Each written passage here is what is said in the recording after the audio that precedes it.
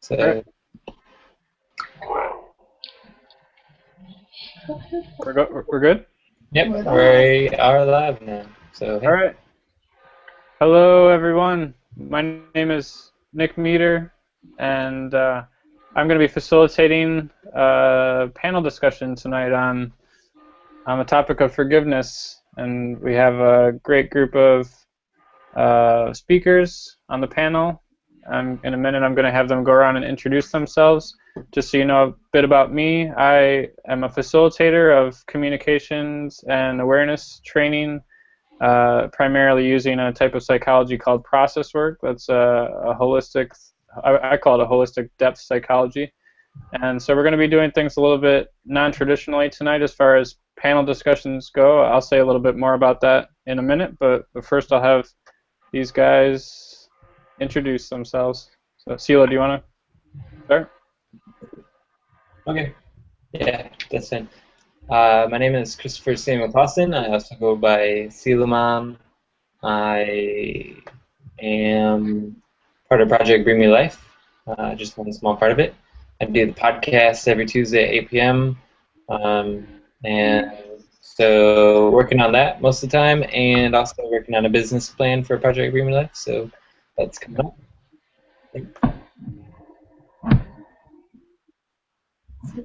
Oh, where are you at? Sela, where are you at? Right now I'm in Maryland at Shan Studios. Thank you. Yep. Awesome. My name is Shannon. I go by Shan Tastic sometimes, and I run Shan Studios. I'm also in Maryland and part of Project Bring Me Life. I'm Ashton. I'm Spaceship Earth. I make music, and I guess I do a lot of different things, like meditations, and I don't know. I do a whole bunch of stuff, and I'm in Maryland at Shine Time Studios as well. Are you good? Yes. Thanks. Shine Time. Hi guys, I'm Christina, and this is my first time on Project Bring Me Back to Life, and I'm honored to be here. And I am in Akron, Ohio. Yeah, and I love you. So. Hi, I'm Ant Head. I'm also here in Akron, Ohio, and this is my first time as well. And I'm also very excited to be here, and many blessings to you all. So happy. Ant is amazing. He's an amazing artist. Thanks. Christina and Ant, do the two of you have a light in your room that you could put on? So it's pretty bright in here. The light's on. I don't know why it's dark. I don't know why it seems dark. Oh, okay. It's just all right. Yeah, sorry guys. No worries. As long as we can hear everyone, and I can see you a little bit. Cool. So, I know you're there. Cool. So yeah, I think the way panel discussions normally go is that the facilitator would have a list of questions kind of set at the beginning, but that seemed a little bit boring to me. So what I do is a lot of the events I run are called group process, which is kind of a group discussion where you generate the topics from the group in the moment, whatever's in the atmosphere, whatever's on people's minds. And so tonight we have the umbrella topic of forgiveness, and so now I thought it would be fun to first do a little check-in after all the technical difficulties that we've had, little grounding, centering, and then get some issues and topics or situations that revolve around the header of forgiveness, and then we can jump in from there. How does that sound? Awesome. Okay. So yeah, if all of you would like to get comfortable in your seats and close your eyes, I'll lead a little check-in. And take a couple of deep breaths. Maybe make some sound as you exhale, like a sigh. Whoa. Feel your weight sinking into your chair. And let the word, the idea of forgiveness kind of vibrate through your system and see what comes up. Maybe situations from relationships or family, organizations and groups that you're a part of. Maybe it's something that happened recently, or maybe it's something from a long time ago.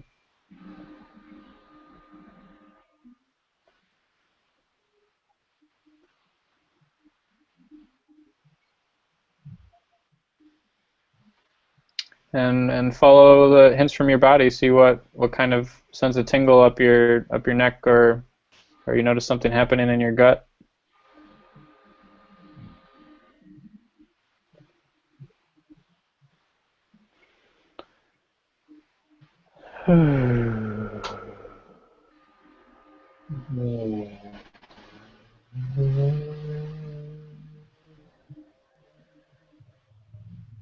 So once you feel like you have a situation or some aspect of forgiveness that you'd like to suggest that we could talk about, maybe it's a person that comes up, feel free to start opening your eyes and coming back to our digital meeting space.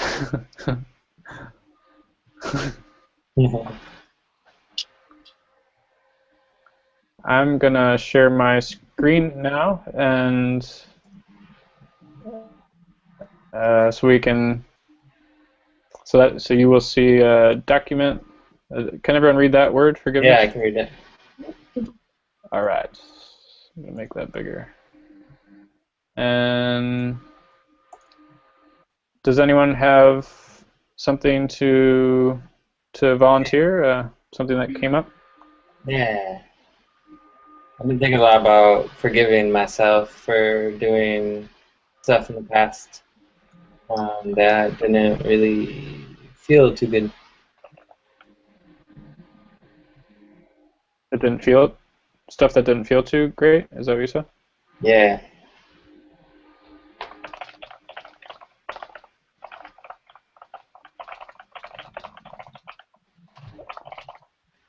Okay. Yeah, I think forgiving ourselves. That's a big one to address tonight. Is there anything else you want to say on that, more specific, or just get into it later on? Yeah, later on sounds good to me. Okay. Okay. Did someone else just start? I have something. Okay. I feel like as a whole, as a collective, our entire species is kind of learning to forgive our past, and it's as if the whole, like all the trauma that our species has been through on a whole is being transmuted, and as we forgive, all like the people that rule the world, the Illuminati and all these people, really they're just us, and I think all of this energy is being transmuted to the point where we're getting this fresh start energy, and we can start to move forward rather than backwards.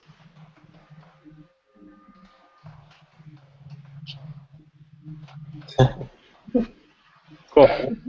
How does that look? How I typed it, Ashton? Does that seem? Yeah, that sounds great. All right. Ashton and Shan, would it be possible for the two of you to move a little bit closer to that microphone? We can try. I can move it. Let me move it down. Sure. Right. Oh. That's better up the screen. Yeah. Better? I can see you better too. I feel like I want to move this chair. You should just all sit on each other's laps and then. Laps.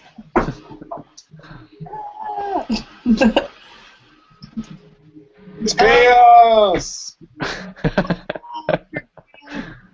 Ourselves for things we didn't do. Oh. Is that Yeah. different than what Tula said, technically? Definitely. I'm gonna put that under the first one as like a. Like a parent, yeah.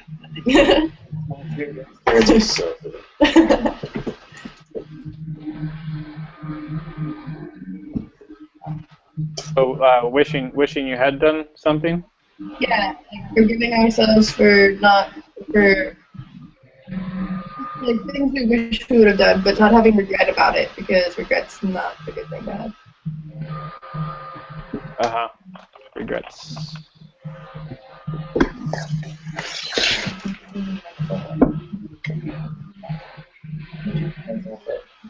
Can you hear us? Yeah, I can hear you better now. Thank you. Yep. For shifting. I have to chat with you guys, so if anybody wants to chat with me about this. Christina and Ant, do the two of you want to suggest some? Yeah. I would like to suggest a intention for forgiveness, whether it's to ourselves or if it's to a collective or if it's to one person. Having an intention for why we are forgiving ourselves or someone else is important to me, because it seems like sometimes we feel that we feel obligated to forgive somebody because we either don't want to deal with it anymore or etc. So I'm suggesting an intention for forgiveness. Cool. And I would actually say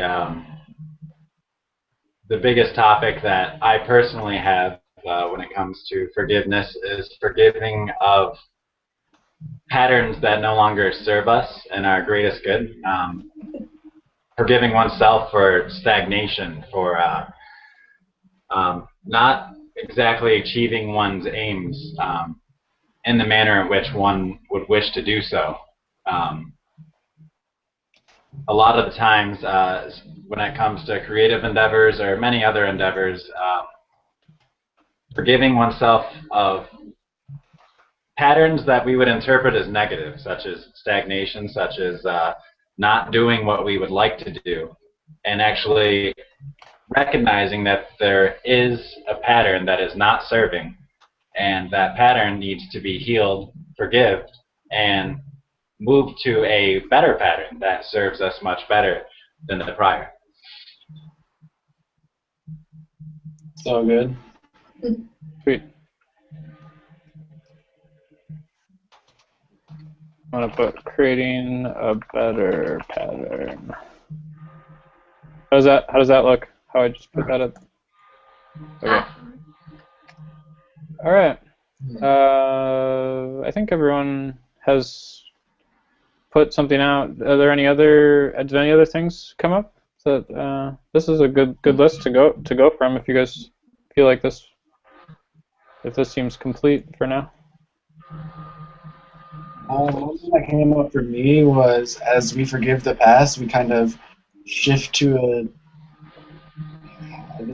better future, and to keep it simple, you like shift to a different reality based on your now gratitude for the past rather than angst about it.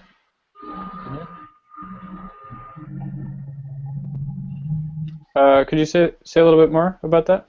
I feel as when you reflect on the past and you shift to perspective of gratitude and just kind of see how what was once negative kind of allowed you to be stronger, really know what you don't want, which is so solid. You need that for manifestations. And as you shift in this perspective of forgiving the past, you first of all become very present, and you kind of just can turn your perspective, and as your energy shifts, you align yourself with realities that are more open, and you kind of transmute karma.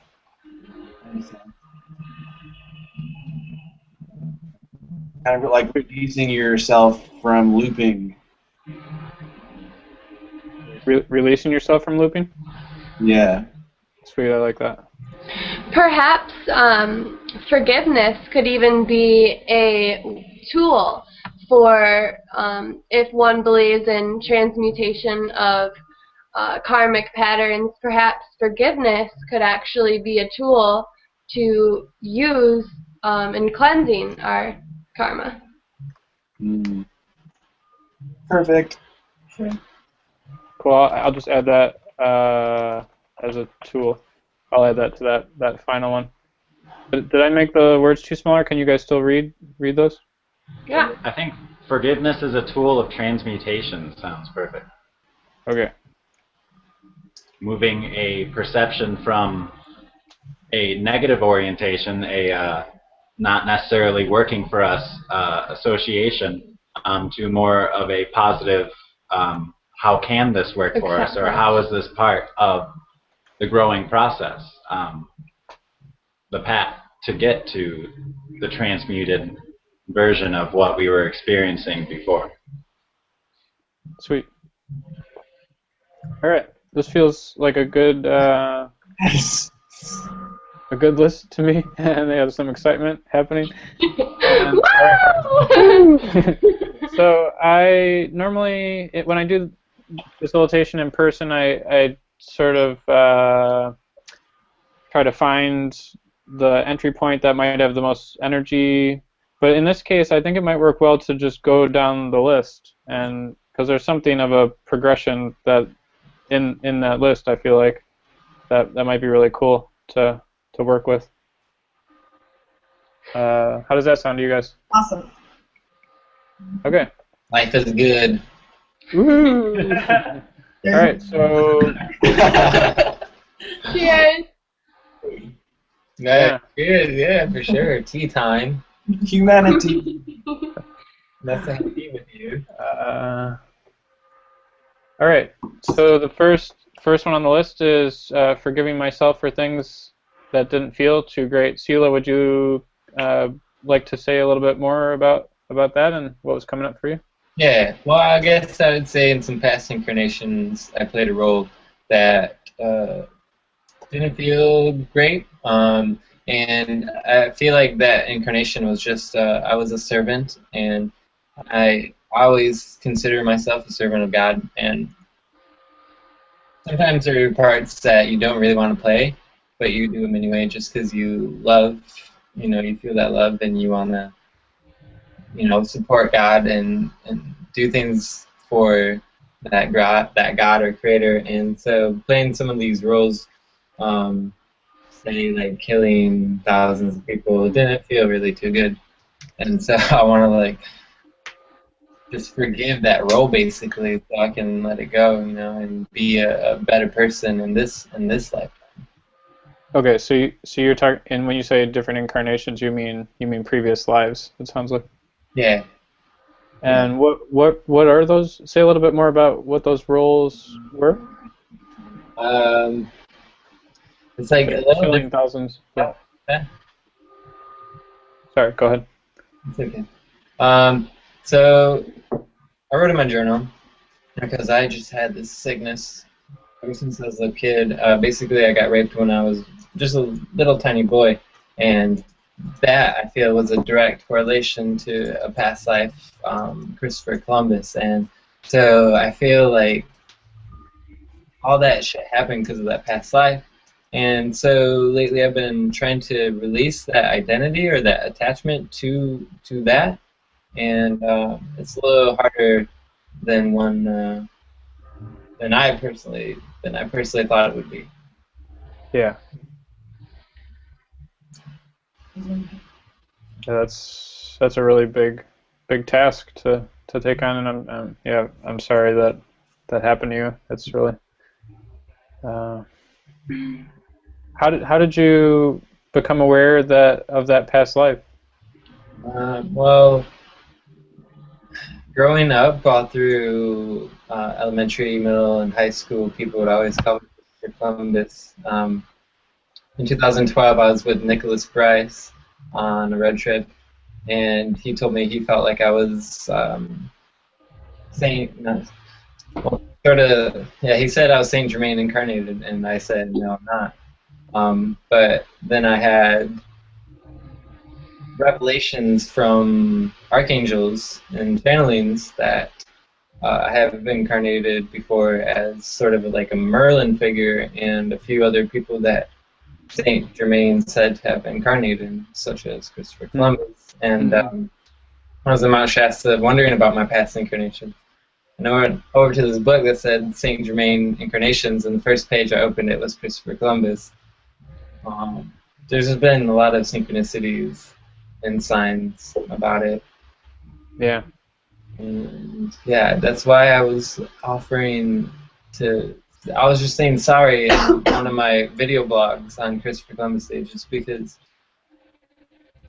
I just want to like say that and say sorry to everybody, and trying to balance out that the Earth, you know, balance out the universe and everything.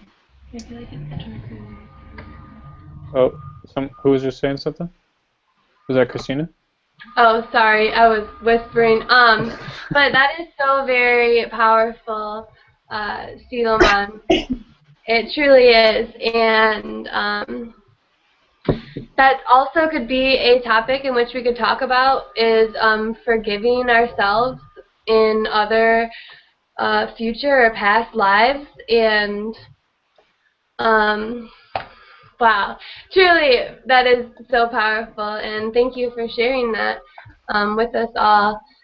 And if you don't mind me asking, do you, well, one, thank you for trusting your intuition and recognizing those past life recall signs, but do you personally forgive yourself, and do you forgive that experience that had happened to you?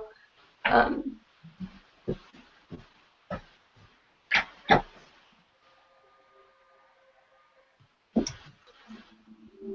don't believe I have fully forgiven myself for it, but I'm making that effort and that choice, so I'm well on the way. But Christina, did you mean has he forgiven his attacker from when he was younger? Yes, I also meant it in both ways. But yes, that was my question. no, no, I haven't. Definitely, and that is perfectly okay. And even if you do never forgive that person, there are a lot of things that people will never forgive someone or something for. And as long as you can accept and forgive that and know that that healing is taking place still and has immensely taken place throughout your life, acknowledgement is key. So it's very beautiful, and definitely makes you a very strong person. Not that you already aren't. Thank you. That's amazing. Yeah, when we you know, some people forget things like that from early childhood, and then later in life it'll come back. I know I've had things like that, you know, where long forgotten traumas came back to me in the past couple of years, and then once, whether it went away or not, it's a long-term process of healing, and yeah, because sometimes that perpetrator, that attacker, isn't even around to, you know, if you wanted to confront them, for instance. And so that's kind of the case with this life that we're in right now, and with the topic of the past lives, you know, thinking about the atrocities that have been committed throughout human history with murder and everything. I have a bit to add, if I may. Sure. I've had many similar experiences where I understand and can relate with my past lives very well. I actually feel out specific energies or vibrations that have carried on from my past lives into this one. And one of the dualities in that aspect is that I've had a past life that I feel very often, that I feel very in touch with, which is actually a past life of being a Native American woman. It's come up for me many times, and it actually affected me very heavily at one portion of my life. It took a lot of thinking and overcoming. I came it with my own willpower when I had first started experiencing the emotions and direct experience of my past life within this life. And later on, it was revealed to me while experiencing those same energies of why I experienced that in a past life, being my most recent past life. And I had a Viking past life as well, where I actually do feel that I served with Genghis Khan and actually was creating the same energies that I experienced in an alternative life. Now, this has affected this life for me in different ways that aren't necessarily as direct as your experience, CeeLo, but I've definitely felt these energies, how they relate, and how they correlate with each other, and how literally what we put out is what we receive. And it happens in the strangest of ways, and it can even carry on from life to life to life. But acknowledging that is something that's very powerful, because not many people understand why things happen to them in this life, let alone their past lives. And be able to have an understanding to deal with this and actually go in and heal this and understand that we actually brought this into our reality, and in a way that it's kind of hard to understand unless you really put forth the required effort to understand what has happened, why it has happened, and what to do with that information, really. To go through that experience, that's not something that everybody experiences. I do feel that all of our experiences come to us in the manner and at the time for a specific reason that we'll find out at some point in our life that will make substantial sense to us. But being able to take Hello? Uh-oh. that you can then use for other experience. Let's say you meet somebody or have had a friend who, let's say, talking on the subject of rape, let's say that happens to a friend. Well, you have the materials then to help heal that friend. Not many people have those materials, but through going through these experiences, we gain the tools that we need throughout our life for when we need them. And we basically, healing with these tools gives us more ability and more accessibility to actually continue using these tools, to continue building things with these materials that we were given that are most definitely gifts, in my opinion. And how do you feel that those two past lives that you mentioned have, like, what kind of gifts has that awareness given to you? Well, most definitely. I had a very direct experience with my Native American past life where I literally experienced that in this life. I actually relived that life in this one. It was kind of like a blanking out of this life and a moving into that one, experiencing it up until death, and coming back into this life. And it caused me to have a psychological personality mishap where I wasn't comfortable being in my own body. I wasn't comfortable being a male, especially, and I definitely wasn't comfortable looking in the mirror. That was the biggest thing. I got extreme anxiety. It took me about 2 weeks of basically constant meditation to be able to work this past life that I had just experienced directly into the life that I have now. And through doing that, I gained a lot of feministic qualities that I didn't have access to prior to that. So it brought a lot of healing in that aspect to me, and brought a lot of my receptive qualities to me directly. Whereas if I didn't experience that, I wouldn't have as much access to them as I do now. And with the Viking past, it's strange because they both have impacted me severely to where I can actually visualize and see them happening, experience them. I can actually kind of go back and put myself there again. And the way that they both correlated is that as soon as I started going back into my Native American past and feeling that again, immediately the Viking past came in and was like, I was just immediately notified that this is why this has happened. It is all part of the grand scheme. And things are going to continue and progress as they need to. Just as they have done in the past, they will continue to do in our future. And these two lives have brought a lot of understanding towards life and death in this life for me, but mostly it's brought in when energies are created, whether it's in past lives or in this life, they heavily affect everything. The vibrations can carry on for eons. They can carry on the next life. I don't know. It's really hard to pinpoint it because, like I said, a single situation can send ripples that go decades into the future and cause a reaction then. But to be able to see that everything that we do, no matter how big or small, actually is causing these ripples. And in some lives, we have created many. We created storms, hurricanes of waves that are emanating back into this life from our past lives. And when they come up, we don't necessarily know why at the moment, but when you sit back for a minute and just kind of feel what that wave is, you can feel the origin. You can feel where that wave originated.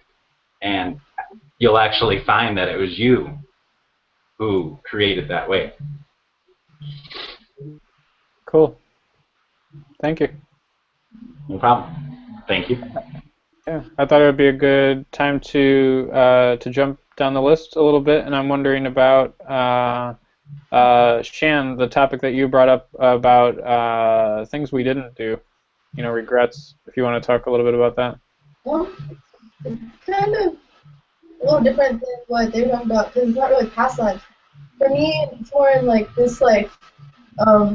There's a lot of things that, like, I always say I'm going to do this, I'm going to do that, and I have lists and lists of things that I want to do. And I think it's a lot more to do with like helping people and keeping to the commitments and things that you make, or the soul contracts or family contracts that we have.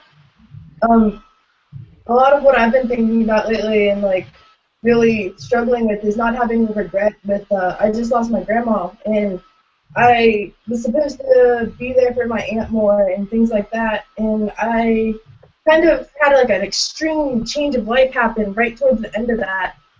And there's a lot of things that I wanted to do with her before I lost her that I didn't get to do. So I've been really working with like forgiving myself for those things and like trying to tell myself that there was probably a reason. It's helped me a lot to be able to forgive it, because being able to forgive something like that, I've been able to connect more, but it's still like something I feel like a lot of people struggle with a lot. Yeah, totally.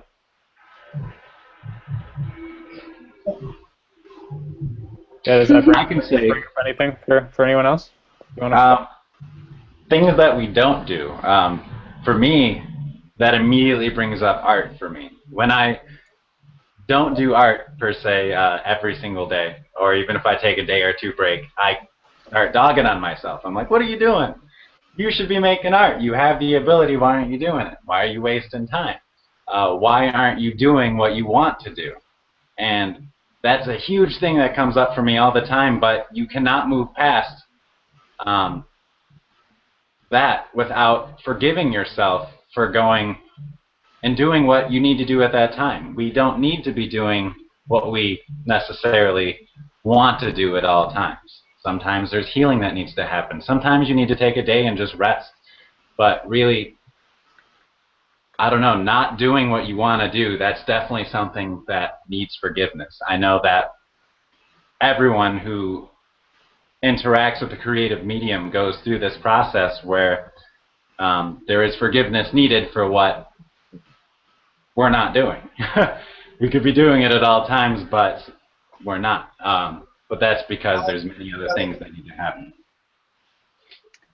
So yeah, there's a couple things coming to mind for me about going with the flow with things. You know, something about letting go of control and or not forcing things, but the specific letting go of control, I think, ties together what Shan was saying and what you are saying. Yeah. You know, we want everything to go perfectly how we imagine it, and life throws us all sorts of surprises, and yeah, our time with people gets cut shorter than we would like, and all that kind of stuff. Yeah. There's a prayer, the Serenity Prayer, that I feel is kind of helpful and very relevant. And to, like Shannon was saying, she lost her grandma and she feels like she lost a lot of time with her, but that I would just like to say that when our bodies die, we don't die. Our spirit lives on forever, and so there will be a time when those two energies will connect again and experience even more limitless moments. So there's things to look forward to, I feel. That was something important. Like, until I forgave myself for not being able to be there, I couldn't really connect with her. And I'm pretty good with connecting with the spirit and source, because I also, like, I've lost a lot of people. And I think that's something a lot of other people that do look into that should realize, that if you're trying to connect with the other side and you're trying to connect with spirit and that energy, to be able to do that, you have to be able to forgive yourself so that those energies can come to you. Because if you're putting a block against it because you can't forgive yourself for not being there, or something you wish you would have said to them when they were in the physical sense, then you really need to be able to forgive yourself and forgive them for anything they may have held back as well, so that you can connect with them on the other side. I think it's just such an important process to just continue to investigate, like, any sort of, I mean, it might come through dreams or, like, repetitive thoughts where it could have been 10 years ago, or something like your mom didn't buy you a Christmas present when you were 4. Like, you're holding on to something maybe in your subconscious that, you know, it might be, it's generally locked within, like, your cells and, like, in your aura. Like, it's maybe on the edge of your aura. We're all holding on to these things, this karma that we need to investigate, because we don't realize that we're holding on to a lot of things like that.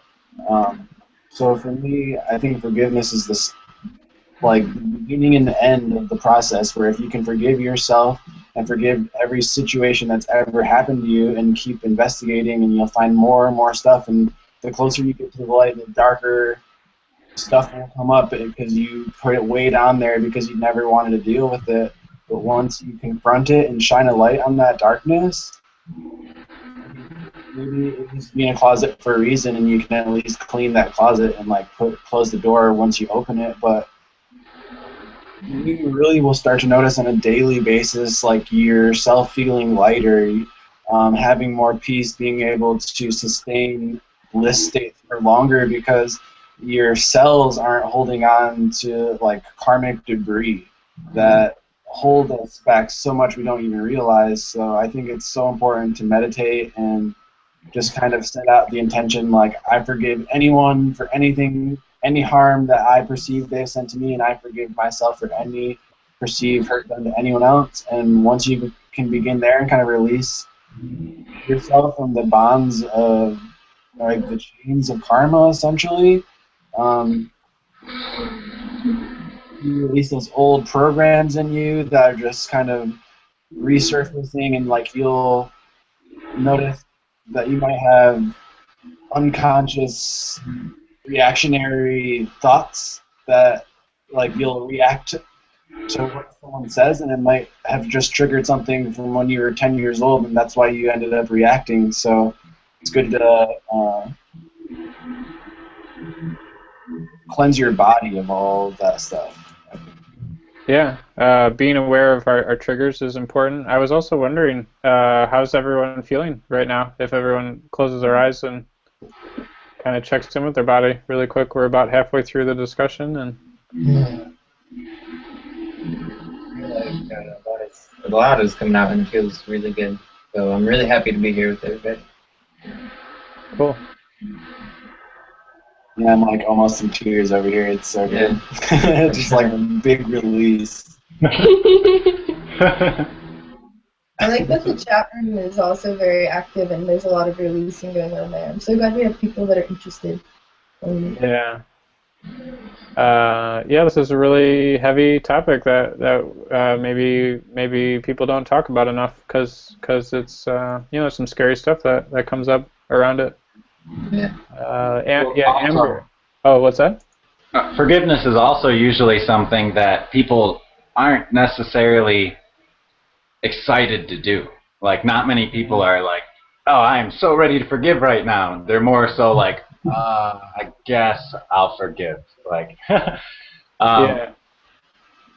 definitely. So I don't know. But that's something we need to be excited about, because really forgiveness allows so much more power to us. It frees up, as Ashton was saying, our cellular memory of things, and it will actually help prevent problems in our future, problems in our new relationships, friendships.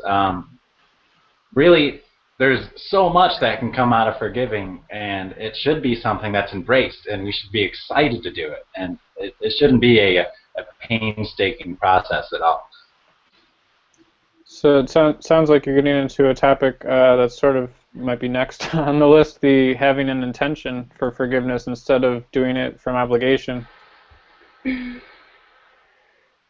Yeah, so I'm interested to hear more about what kind of intentions we can bring. Sounds like it's about having it be a positive, like a choice, something that we do for enrichment of us and the other people. Would you say that? Definitely. I feel that having an intention for forgiveness is, most people usually, whether they feel obligated to forgive or whether they just want to forgive because they don't want any, so to say, negative energies floating around in a relationship. So I feel that intention for forgiveness could be like, an intention for forgiveness could be, I want to forgive this person so there can be peace, or I want to forgive this person through our relationship so there can be more harmonious energies throughout our experiences together. And I feel that also people who feel that they're obligated to forgive, and thus why they do forgive, because they felt that they had to, they almost don't necessarily forgive because that energy is basically stagnatizing and they don't really actually release it. I feel forgiveness is a powerful form of acceptance. If you can forgive, then you can accept. And to know that whatever you are forgiving someone else for, or yourself for, or a collective for, you truly are trusting Great Spirit in Kashala and knowing that all is aligned and that that experience had happened for a very important reason, and that you are actually putting forth wholeness of trust in acknowledging the alignment of all and accepting that you had gone through that experience because you were truly meant to, as well as the other person. So this kind of brings to mind for me the saying "forgive and forget." Whereas, are you still there, Nick? yeah. Yep. Yeah. Sorry, screen blinked. But forgive and forget. It's weird that they're bunched together, because a lot of people will interpret forgiving as forgetting. Like, oh, just forget it happened. Like, you had an argument with someone and you didn't like it. Forget it. It's like, that's kind of it, but really it's not. It's more so like you need support for why that forgiveness is being given. Why you're actually taking part of forgiving is it needs to be supported. There's many reasons and many positive pillars of support that can be found for almost any type of forgiveness that you can feel to give. it shouldn't just be a forgetting. It shouldn't be a removing. It should absolutely be a supported healing factor involved.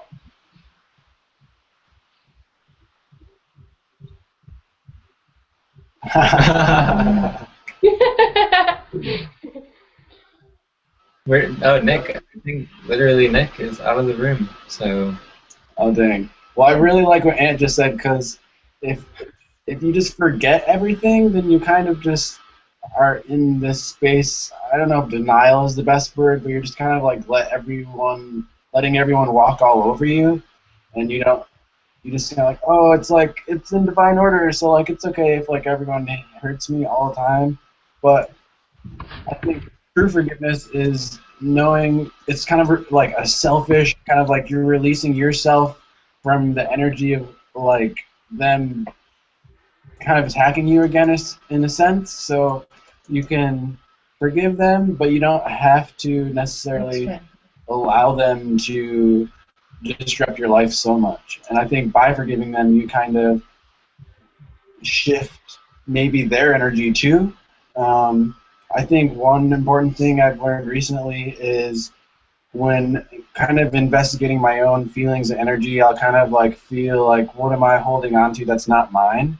And I just kind of tell myself like that energy, like return that energy to the sender, and continuously investigate like, is this energy mine? And like 90% of the time, you might have sat next to someone on a bus and like picked up their energy, and you don't even know why you're feeling weird because you're having the best day ever up to that point. So I think it's so important to continually investigate if what you're holding on to is yours, and by not forgiving people, you are holding on to other people's energy, and people are holding on to your energy by not forgiving them. So forgiveness is like the ultimate release.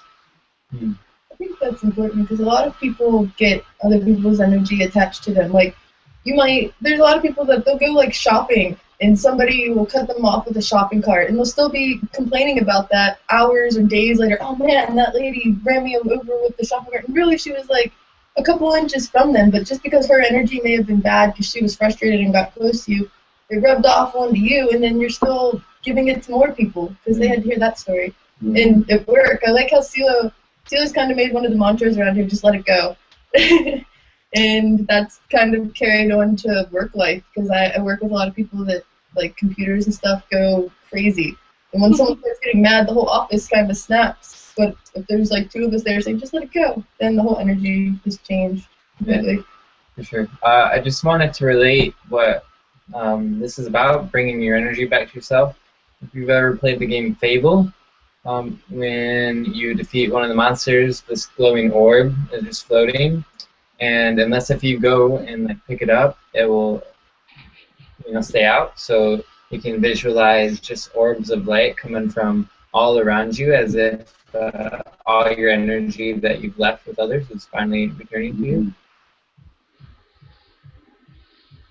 Listen. And also, I don't know, I'm going to bring it up again, the forget and forgive thing. Whereas, I don't know, we're not a computer. We can't go in and go, you know what, I'm just going to forget that. Delete. We can't do that. So literally, if we try to do that, when it comes back up, we're going to go, I remember, we have no choice but to. But if that memory comes up and we can remember actually the patch we put on it, which is that healing salve, that this is actually a good thing. This is part of growth. This is maybe an indication of something I need to pay attention to in my life. It's so much better to deal with it in that way because you can't just forget. Like, it's there. We have brains that remember things, and we can't delete stuff from it. We could not think about it for a long time, and it might not cross our mind in a while, but we definitely can't just delete it. Yeah. Yeah, we have to remember to let it go.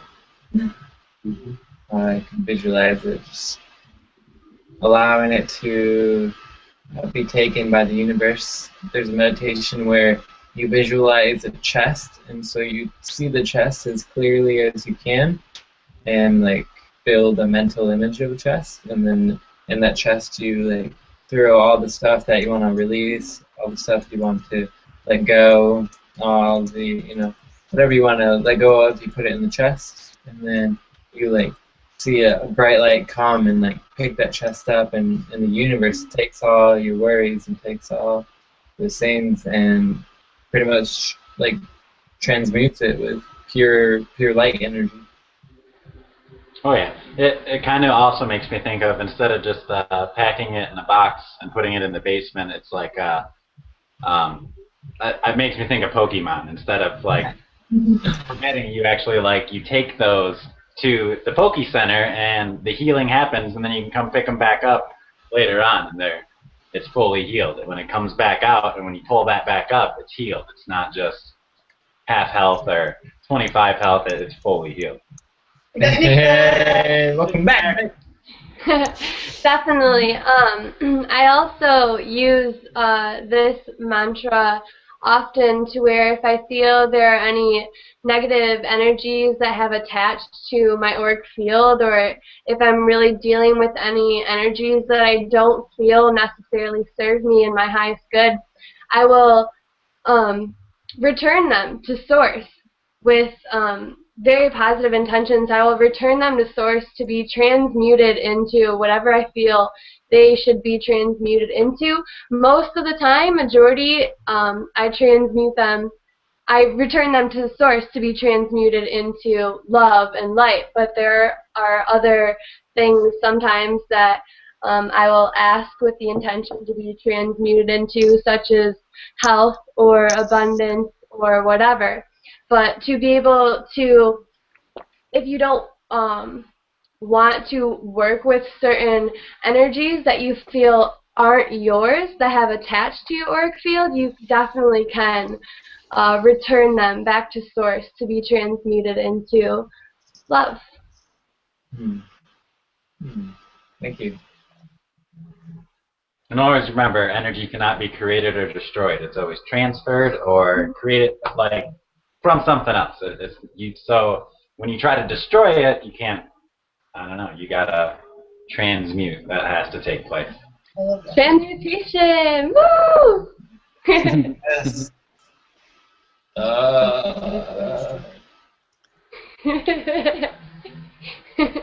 Well, I feel lost now because I got kicked off trying to share my screen again, so I'm not going to do that anymore. You want to move to the next topic? Yeah, well, there was just some talk about transmutation, forgiveness as it sounded like the last topic on our list, forgiveness as a tool of transmutation, and I also want to get to the part about forgiving old patterns and creating new ones. Which one should we do first? I like the last one that you said. Oh, okay, yeah, that's all right. So, Anthead, you brought up that one. Do you want to say a little bit more about that? What was it again? Forgiving old patterns that no longer serve, like stagnation, and creating better patterns. Like how do we create those better ones? Absolutely. The first thing that comes up for me when thinking about this is reaction. Reaction to what it is that we need to heal. And that initial reaction is actually the pivotal point in which we get to decide, am I going to deal with this the same way that I normally would? My normal pattern, my maybe not good pattern, or it could even be a slightly working pattern, but really you want optimal. So when that reaction moment comes up, you want to choose the best route that you can. You want to pick the one that is the most healing, the most positive, the best, absolutely. You don't want to stick with the one that's not going to work. And you know if it doesn't work. You will know. You can look at it and you'll go, I've done this a bunch of times. This isn't working. So change it. Just move into the new one. Find something that's like, all right, that sounds a lot better. I would much rather do that. It's going to make me feel better. It's going to create more positive results. Go with that one. And the thing is, though, don't get stuck on autopilot. Don't allow the pattern of what you've done before to happen again. If, for instance, you haven't done art or created music or crafted something in a couple days, don't go, oh, man, I'm not doing anything. I'm sitting on my butt doing nothing. Go, wait, I haven't made anything in a couple days, so I've had all these thoughts just like brewing up. I got so much creative energy right now because I haven't done anything in a couple days. let's do something. And it's like, that's the way you got to go about it. You can't go like, oh no, woe is me, I'm not being creative. It's like, you got it, you can do it at any moment, just do it. Definitely. I feel that with working with patterns that don't necessarily serve us for our highest good anymore, I feel that acknowledgement of them is a very powerful tool. To be able to acknowledge something is almost like accepting it, but to be able to acknowledge the pattern, one, and then to be able to accept it, two, and then three, to decide if we want to continue with this pattern or if we want to rework it or if we want to change it into a pattern that will serve us for our highest good now. So I feel that acknowledging patterns that don't necessarily serve us anymore is definitely step one. Acknowledgement is key for me. Also, for reactions, action, reaction, action, reaction. I feel that reactions are just as powerful as our actions, and reactions seem to definitely be a powerful root in the tree of our patterns, of our infinite patterns, and reactions definitely can be a powerful tool in using and being able to change our reactions to be able to change patterns that don't necessarily serve us for our highest good any longer. And also, I've always thought this was pretty interesting, but I've always taken, it's like we have our own emotions, the way that we feel and choose to feel. Then there's also this kind of type of emotion that we get from time to time that we don't necessarily want to feel. It comes up and we're like, what's making that? I'm not choosing to feel that way. It's just kind of happening. And I've always viewed that as my own guides and angels and spirit guides helping me through. They're not going to verbally say, hey, look what you're doing, you're getting mad about something. They're going to give you the emotion of anger. You're going to feel that. And you're not just supposed to take it and get angry. Like, you can do that, you can, but when you get that message from your guides in that form of an emotion, you can actually pay attention to it. You can go, whoa, that's a pattern. That's a pattern that I have right there, and my guides just showed me through an emotion that I feel that way, like in a patternist way. Like I'm doing that often, and at that moment when you realize that, that gives you the power to go, I don't have to do that anymore. I can change that. I don't have to feel that way. I don't have to be angry. I don't have to be depressed. I can shift that. But when you're feeling those ways, they don't work for us. So I literally feel that our guides communicate to us through those emotions sometimes, and then they're like, look, you're feeling sad. So they give us the feeling of sad, and they're like, you got to do something different, right, to change that? And when we realize that, it's very powerful. Every time that's ever happened to me, I'm like, whoa, thank you guys for showing me that I'm not doing the right thing. I'm feeling that way, and it's I don't know. It's just healing. Yeah, amazing.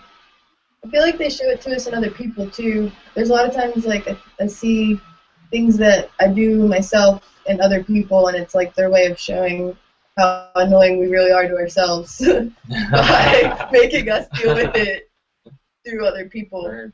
And then our friends, family, and like close friends are like, hey, about that person, you do that, and it's like, oh, yeah.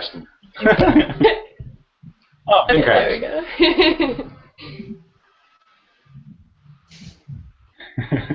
All right, there's a lot of good wisdom coming up. I like all the things that are being said. There was things, and what you were talking about. It sounded like almost like being gentle with yourself. You know, there's an importance of how we're talking to ourselves. You know, whether it's about things that happened in the past or things we want to make happen in the future. And yeah, I think being gentle and easy on ourselves can help in a variety of situations. Oh yeah, and it's I don't know. Being a Leo, I'm very much keen and quite fond of control. So control over myself is real big. When something starts happening that I'm like, why is this happening? I got to figure out why. So I look around, I'm like, what's going on? And after it happens enough times, I can start to pinpoint, okay, I'm not feeling that. That's being sent to me as an indicator. Like, it's not just happening for no reason. And I don't know. It's just like we should be gentle with ourselves. It's not always our fault. Like, sometimes it's our fault, but it's not always our fault. And even if it is our fault, believe me, your guides are going to go, you know what? You can fix it. It's not the end of the world. Just fix it. We already showed you it. You're already paying attention to it. Apply the change. Patch it up. Shannon, are you a Leo? I am a Leo. I'm totally. Nice. I definitely am. We're allowed to be in control sometimes because the other zodiacs don't like control. So somebody has to like help keep things going and organized as well. Yeah. I like control of my bubble. No, you don't. You don't like control of anything. I like to control my own. Leos like to think others don't like control. Exactly. Thank you. I think that's beautiful because I think the more you become gentle on others, on yourself through this process, you become gentle on others, and you can kind of see like different approaches you could have to responding to a situation. So someone's like making you mad, and maybe you could get mad at them, or you could just like hug them, or you can speak your mind, or whatever it has to be. But if you respond with love and gentleness, even if you're speaking your mind, it's still transmitted, and the energy. I mean, other people are not doing that, so at least you're making the shift within yourself to try to be a different kind of person than other people who just like try to forcefully change everyone. And it's important to be gentle. Absolutely. Just a small little question, just because I'm curious. Have you guys ever attempted to angrily hug someone? Like, hug someone and you're like, I'm mad at you, but you hug them. Has anyone done that? Because I've been there, and what happens is pretty weird. Tell us about it. It sounds really good. Because you start it, and you're like, I'm really mad at you, and like, oh, I just want to squeeze you really hard because I'm mad, and inflict some sort of, but it can't happen. Like, literally, like, you just start feeling that hug, and it starts dissipating, and you're like, wait, I'm hugging you right now. I'm not even mad. What's going on? I don't know. It's just really cool. You can't angrily hug someone. You can start that way, but if you angrily hug them, like, it quickly dissipates, quickly. Sometimes if we get in miscommunication, and sometimes I'll try to do that, Ashton, and I'll try to just like drop it and just be like, just like give me a big hug, and then he'll be like, I can't hug you right now, like I'm angry, but like, yeah, sometimes it works, if you're feeling it, if you're both feeling it. Right. That's why it's important to be gentle, because some people don't need a hug and they just need space, and then you give them space and everything's actually better. And when you're trying to like, it's okay, I forgive you, and like I love you, and they're just like, I don't care. So it's like really important to be present and feel what other people are feeling, and be like, okay, they need love. They don't need what I think. So I'm gonna just back away or something. For sure. I agree with that fully. Just feeling like if somebody needs love like that, sending them energetic love as well as maybe physical. So that's really good advice. And this is stuff that's like coming up a lot in me, and it's good to hear. This is a little random too, but with the hug thing, if someone refuses to give you a hug, I was once told that if you can't hug someone and make them smile, just continuously say the word bubbles, because you can't say the word bubbles and be sad. They'll eventually hug you and Bubbles. I'll try that one. Scientific fact. Also, like when someone's angry and you forcefully give them a hug, it normally doesn't work out for the best. Bubbles, and they'll look at you like, why are you telling me to think about bubbles? And then they're like, There he is. Okay, I'm not mad at you anymore. Things are happening. But what I was saying is that if you're angry and you choose to hug someone, that's when it's powerful. And you're like, whoa, I'm hugging you, but I'm angry. It's like, that's the way. It's like, you don't hug someone when they're angry and they're like, don't hug me, and you don't force that on them. It's not going to work. But if you yourself, you're the one who's angry, you choose to do the hugging, boom.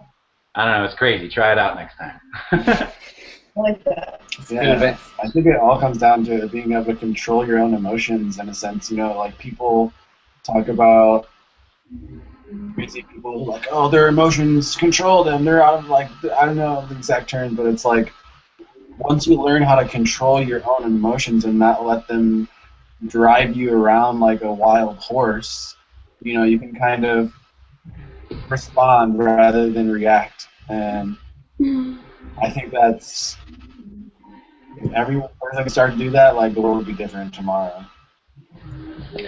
Definitely. I do feel that our emotions, like I like how you just used that term, don't let your emotions drive you around like a crazy horse, if that's what you said. Because our emotions certainly do affect our actions and our reactions, and I feel almost our reactions more so than our actions. But if you're very fed up with the illusion that you're very angry, or that you're very sad, or that you're very disappointed, or whatever it is, whatever emotion that you're immensely feeling, you can try to remove that emotion and try to just kind of, I feel that emotions kind of almost blur up our connection with our higher selves and our guides, etc. If you're in a tough situation and you very much so feel an emotion, you could remove that emotion and try to bring clarity upon yourself and try to connect with your higher self by removing that emotion and figuring out a solution of what would be best for that moment. I love that. I think that's what it's all about, like getting still and feeling. I feel like your natural state of being is not an emotion, and I like to call it love, and love, I think it transcends emotion.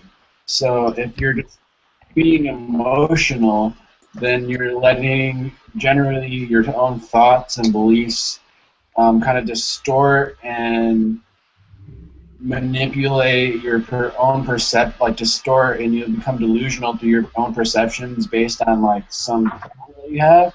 So if you're always going back to your natural state of being, which is love and openness and like beyond words, then you can kind of create through that vantage point of openness rather than like narrow-mindedness, which is like when you're locked in like egoic thought patterns, your brain literally like can't get out of this box. So they call it narrow-mindedness, where literally your brain like circuits close off.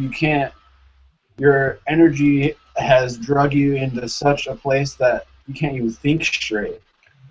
So if you can't think straight, and you know that sometimes your brain can't think straight, then you have to realize that you're more than your thoughts, and you can get back into your heart center and live through that space and you become unmovable from that space of love and peace because you're no longer controlled by your own emotions. Amen.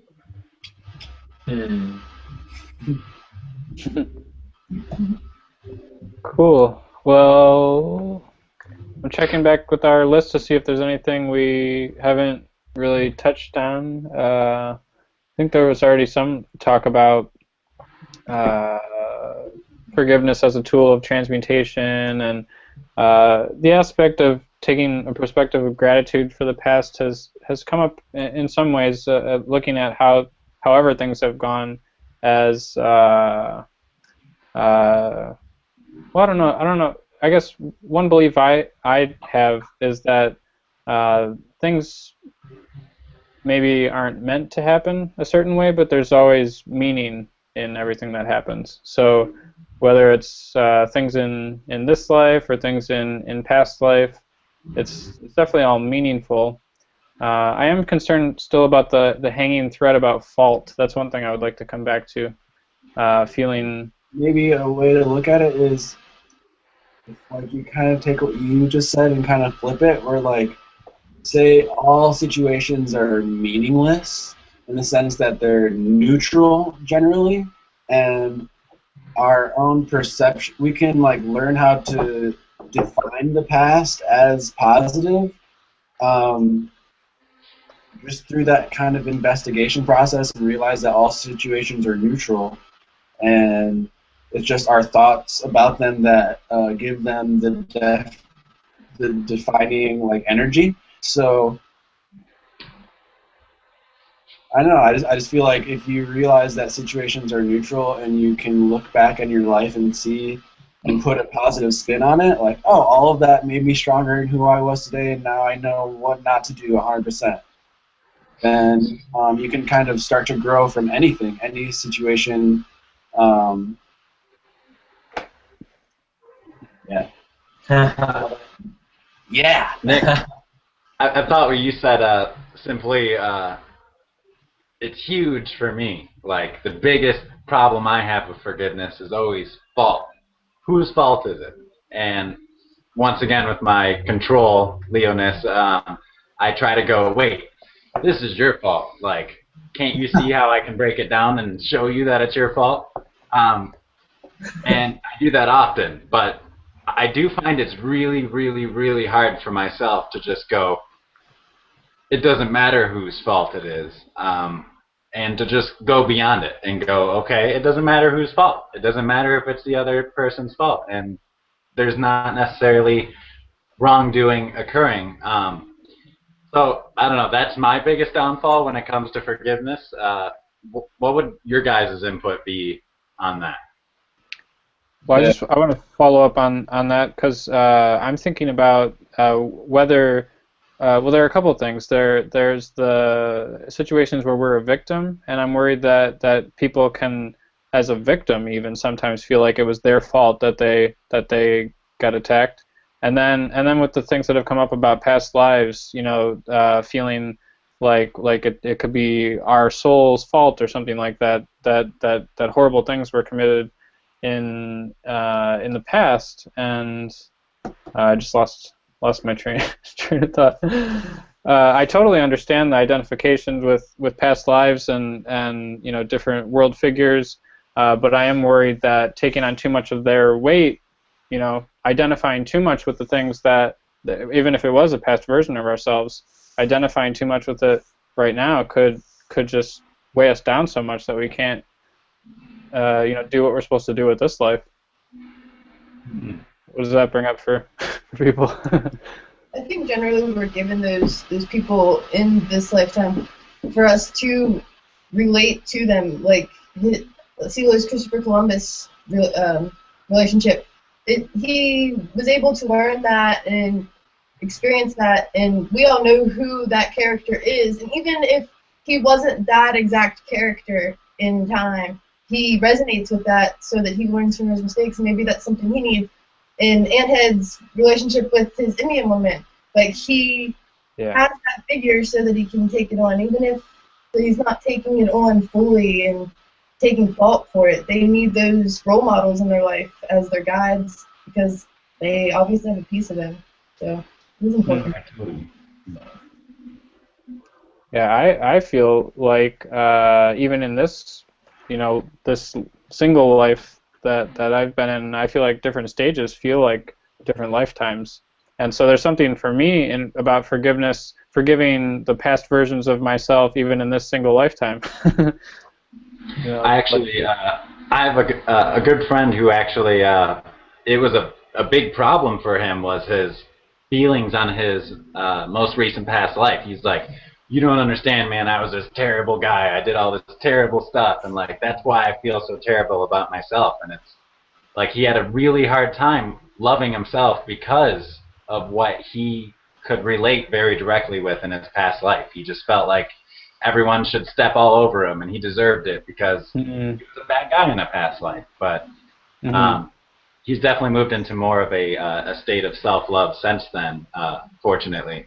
But I definitely can see how having a past life where you did raping and pillaging or killed someone or were like a thief could definitely impact your feelings about your own self-love and self-worth. Thinking about Bonnie. Sorry. I just feel like it's so important to realize that generally all situations are, I feel like all situations are neutral, and so when we, also I think it's important to redefine past and future lives as parallel lives, because everything is happening now, and I've noticed so many people getting stuck in their past lives, and essentially they're just being stuck in the past, just like any other normal person stuck in the past from last week. They're stuck in their past in a different way, and that's just more egoic mind, delusional, distorted perception stuff. So if you can step back and kind of just be like, well, I'm here now, and everything I see around me is all I'm experiencing, and that's not so bad, and you're kind of just witnessing these things, and like witnessing pain isn't so bad. Like, you're not pain, so it's, I think once you realize that you're not what happens to you, I mean, even in a sense, you are one with what happens to you, but you're not defined by what happens to you. So who you are as a soul, it doesn't really matter what you do. You're an eternal being of divine light from source. So maybe you had 100 lifetimes as like Hitler, and you're like the worst dude ever. I've like fully confronted this stuff myself, where I'm like, if I'm everything, I'm everyone, then I'm Hitler, Genghis Khan, all those dudes. I'm them. They're an aspect of me. And now I just laugh at that because I think it's hilarious that I was them. Because it's just like, if we have all of eternity, none of it really matters. Like Bashar says, circumstances don't matter. Only your state of being matters. And what he's saying is like, what you feel, the energy you puts out is what materializes. Reality isn't materializing into you. So you can kind of redefine things in a positive way for you because things are kind of all neutral. And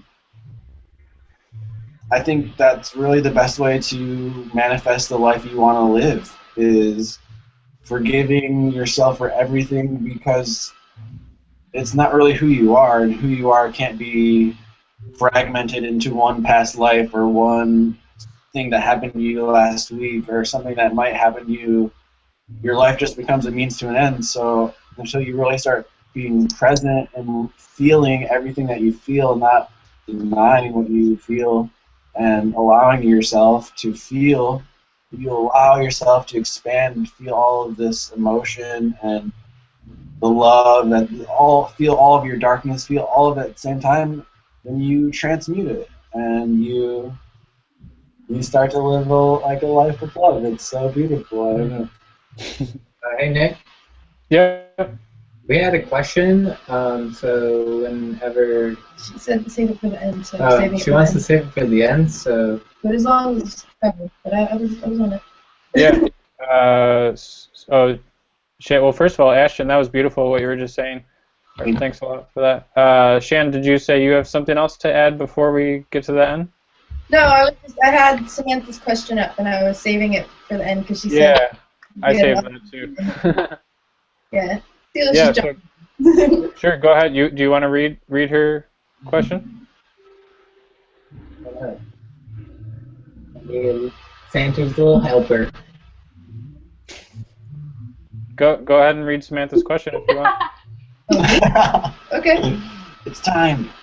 She wanted each of us to give a way we could say forgiveness, a piece of advice, a mantra, or something to summarize it, or what we would offer someone else on that topic. Yeah, I'll start that off with somebody earlier in the chat. Amber said that her favorite affirmation about forgiveness is, "I let go of the role of victim and I release you from the role of perpetrator." Beautiful. That was towards the start of our talk. I saw that from Amber. One kind of affirmation I have is just like I lay down all perception of all harm done to me, and I lay down all perception of me doing harm to others. And just that right there, just like frees me every day.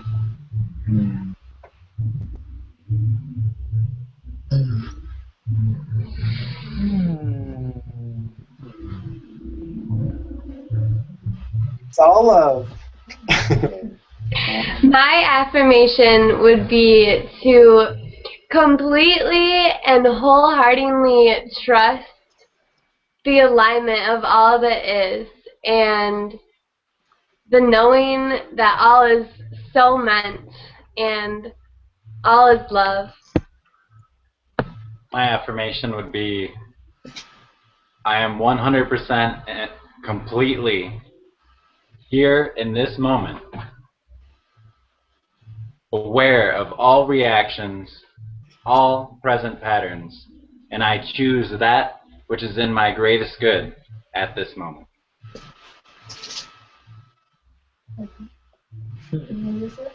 Yeah, there is this Hawaiian affirmation, and it goes like, "I love you, I forgive you." Hang on a second. I'm sorry, please forgive me. I love you, thank you. Something like that. And also, I feel like my emotions come out a lot when I'm playing music, playing the ukulele. And so I feel like when you play music, you can fully tap into that heart center. And when you sing, that energy that you sing can be very forgiving. And I often sing about forgiving my parents when I'm playing ukulele. So that helps a lot too.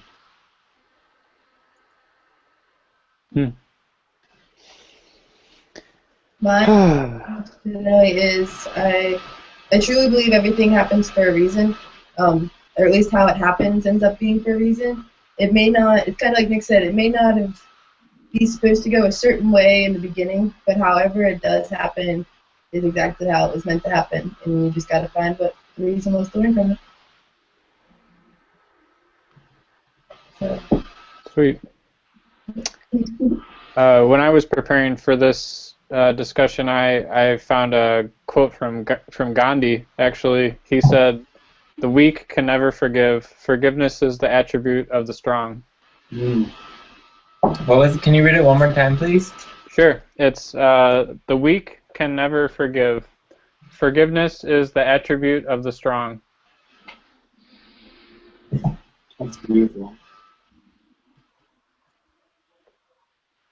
And I think by forgiving you, I think by not forgiving, you really are like invalidating your experience and your whole realities. So, and you can't move past anything, I feel, if you're saying like that's not valid, because that's an aspect of your consciousness, and you're saying that that shouldn't exist, and then you're therefore just kind of perpetuating that energy. So, like, you know, like,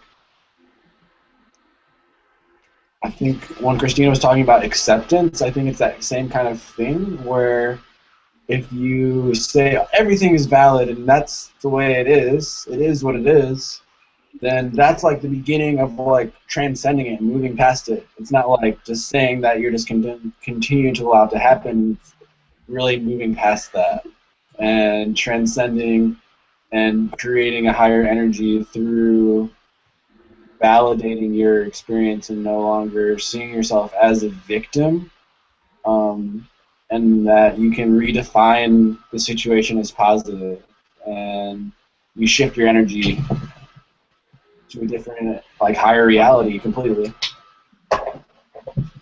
When I visualize this situation of forgiveness, I see myself in a room, a very dark, kind of gloomy room, and there's two doors. And this is every time I can come into a state of forgiveness, there's these two doors. There's a door on the left, and I've been through that door many times, and I know that when I walk through that door, I'm going to end up in the same exact room. It's almost like a portal that puts me right back in that gloomy, dark room. But to the right, There's a door radiating white golden light, and that door is always there. It's always easily visible, and you can see it every time you're in that dark, gloomy room because it's really the only thing you can see. And always, that's the door we should be running through. We should run through that door and never back through that dark, gloomy door that puts us right back where we were. Maybe in a slightly even more darker room, but always that light door, right through it, every time. That reminds me of The Matrix, Yeah. when like Neo's in the car and Trinity just picked him up, and he has no idea that he actually had the like robot in his stomach, and Trinity is like opens the door and she's like, "You can walk down that road. You know where that road leads. You've been down there before, or you can come with us." And I just think that's so powerful. Yeah. I would also like to add to the Matrix. Morpheus brings him to the door, and he's like, "I could bring you to the store, but you're the one that has to walk through it." We should just watch The Matrix right now. Yeah. Perfect. Down. Actually, November 5th today, so I'd watch V for Vendetta. Yeah. That should be fun. Yeah. We're gonna do that. What's happening in Shanghai Studios? Well, I had something clever to say, but I lost it. There's so much amazing wisdom happening in it. Oh, okay. I think what I was going to say is that forgiveness feels good. It seems like we all agree on that. Yes, it does. It says in the chat room a lot that forgiveness equals growth, so that's what all the viewers keep saying is forgiveness equals growth, and we're glad that you guys have joined us in room with us tonight. That's awesome. Yeah, it's been really nice to see a discussion going in the chat room. It's pretty popping in there. Yeah. Awesome. One of my first thoughts that when this popped up is just breaking down the word forgiving and seeing it as two words, forgiving. You're like, I'm forgiving. And instead of like being foretaking, you're like, I'm forgiving. And by forgiving people, you're giving them power. You're giving yourself power. You're giving yourself love. Times And 4. I'm forgiving, not for taking. By forgiving someone, Forgiving. by forgiving someone, you're Giving them power. Giving yourself. Giving yourself power too, it sounds like. I've got the power. Yeah. Maybe I think we're coming to a close, it seems like. Maybe we can like do I don't know, energetic sending out forgiveness to ourselves and the world. We're doing it.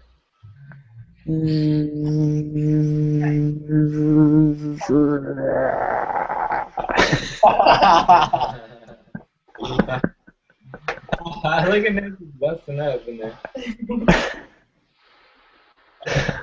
Hey Nick, thanks for being the leader tonight. Yeah, No, thank you. my pleasure. It's been great. Yeah, it was not fun getting kicked off, but I have forgiven myself for trying to share my screen too many times.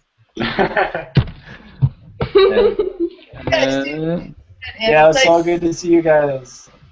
Thank you. Yeah. We're glad you're here. Happy full moon, everybody. Yeah, it's beautiful out there. Full moon is at full moon. Put your crystals out. I'm going to go do that. Yeah. All right. Well, good night, everyone. Thanks again for Thank you. Thanks for watching. so much love. See you next Tuesday. Yeah. Oh.